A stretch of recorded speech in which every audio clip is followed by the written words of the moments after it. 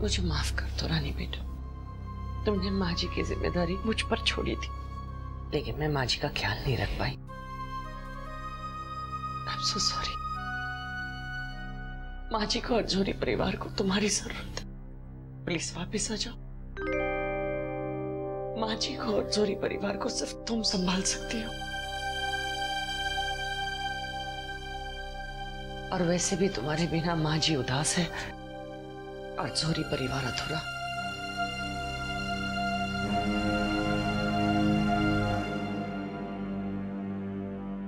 ताई जी, मैं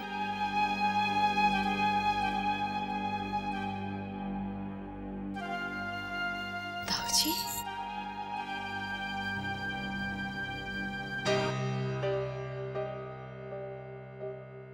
ताऊ जी आइए ना,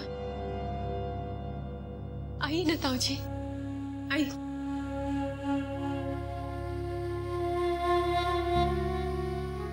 नमस्ते। आप लोग पेशेंट से मिल सकते हैं।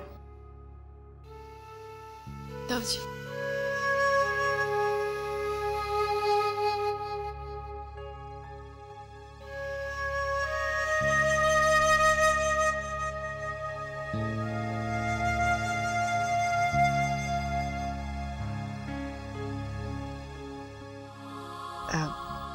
नमस्ते हरिश्चंद्र जी। मेरी वजह से जो आपको तकलीफ हुई है उसके लिए मैं आपसे माफी मांगती हूँ, पर आप चिंता मत करिए, मैं रानी और ऋषभ को बहुत जल्दी आपके पास भेज दूंगी। निर्मला देवी जी, अब माफी मांगकर मुझे शर्मिंदा मत कीजिए। माफी तो मैं आपसे मांगता हूं अपनी भूल की।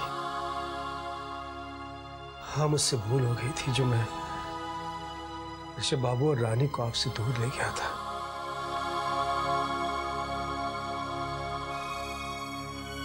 अब मुझे समझ में आ गया है कि इन दोनों पर मुझसे ज्यादा हक आपका है।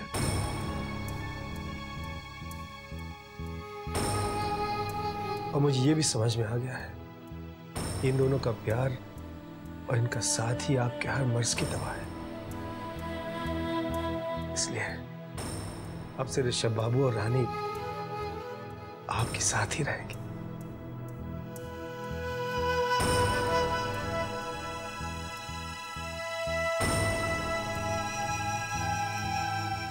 रानी बेटा, अपनी दादी जी की खूब सेवा करना, अब इन्हें एक पल भी अकेला मत छोड़ना। हाँ बेटा। ताऊ जी, हम चाहते हैं कि आप भी हमारे साथ ही रहें। ऋषभ बाबू, ये तो मेरा सौभाग्य होगा कि मैं आपके और रानी के साथ आकर रहूं। आपने हमेशा मुझे एक पिता का सम्मान दिया है, प्यार दिया है, और कौन पिता अपने बेटे के साथ नहीं रहना चाहेगा। मगर मेरी बेटी जानकी जो है ना, वो मुझसे नाराज है। वो कहती है कि मैं अपनी सब बेटियों को याद करता हूं मगर उसे नहीं, मैं उसे भूल गया। सो अब जमाई बाबू को भेज रही है अमेरिका से मुझे उनके साथ ले जाने के लिए। अब आप ही बताइए, मैं उसका दिल कैसे तोड़ सकता हूँ। सच हरिश्चंद्र जी, आपकी बेटियां बहुत भाग्यवान है कि उन्हें इतना प्यार, इतना दुलार देने वाले पिता मिले। नहीं, ये गलत है। भाग्यशाली तो मैं हूं जो मुझे इनकी जैसी बेटियां मिली।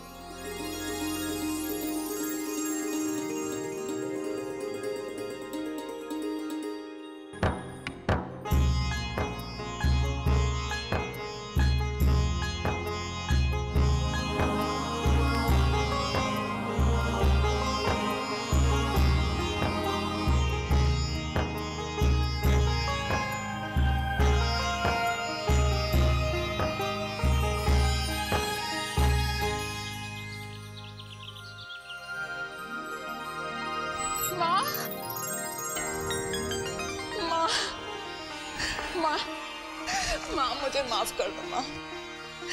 माँ, स्वार्थ ने मुझे अंधा कर दिया था। लालच ने मेरी बुद्धि भ्रष्ट कर दी थी माँ। माँ आप तो जानते हैं ना कि मैंने कुछ नहीं किया, मुझे माफ कर दो माँ। स्वीटी, तुम्हारे चाय पीने का वक्त हो गया है, जाओ चाय पी लो। तुम शायद सब कुछ भूल गई हो, लेकिन मुझे याद है समय से जब तुम्हें चाय नहीं मिलती तो तुम्हारा सर दर्द से फट जाता है।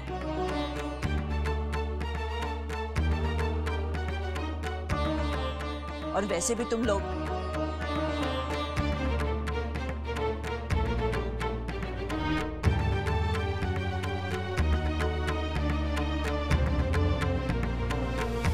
नीचे लिए आई।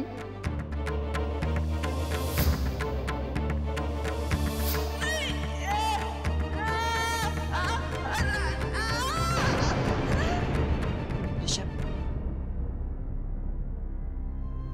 मुझे मेरे कमरे में ले जाओ।